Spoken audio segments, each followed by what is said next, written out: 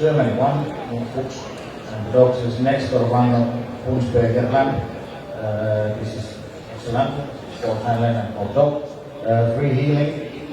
This first lane is a little bit noise, and the first sitting has to be even faster. This is high, very good. Sitting in the motion. This is first fast for the sitting, but this end could be even faster. This is high, very good. Going down and the recall, this is excellent.